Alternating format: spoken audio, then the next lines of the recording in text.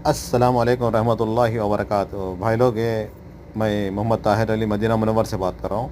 ये Medina Munawwara में free हज के लिए अल उतैर ग्रुप, कुबरी आलिया माल को जाने की कुबरी के पास खुबा रोड पे है। अल उतैर ग्रुप कंपनी बोल के है। यहाँ से फ्री हज के लिए फॉर्म्स दे रहे हैं अभी अखामा होल्डर्स के लिए। जिसके पास अखामा है वो अप्लाई कर सकते हैं।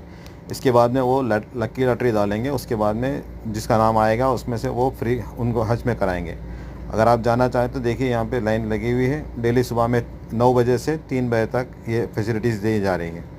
ठीक है, जिसको भी जाना चाहे तो आप इंशाल्लाह, अल्लाह खैर करे, आप जाइए। 17 तारीख तक है, यानी 17 शव्वाल तक यहाँ पे फॉर्म्स दे रहे हैं। वहीं पे फॉर्म भर के आप डाल दे सकते हैं। ठीक है, पर्सनली जाना पड़ेगा आपको इंशाल्लाह। ये वीडियो आगे भेजिए किसी और जिसके पास भी जाएगा, तो इंशाल्लाह उनका, अगर वो हज में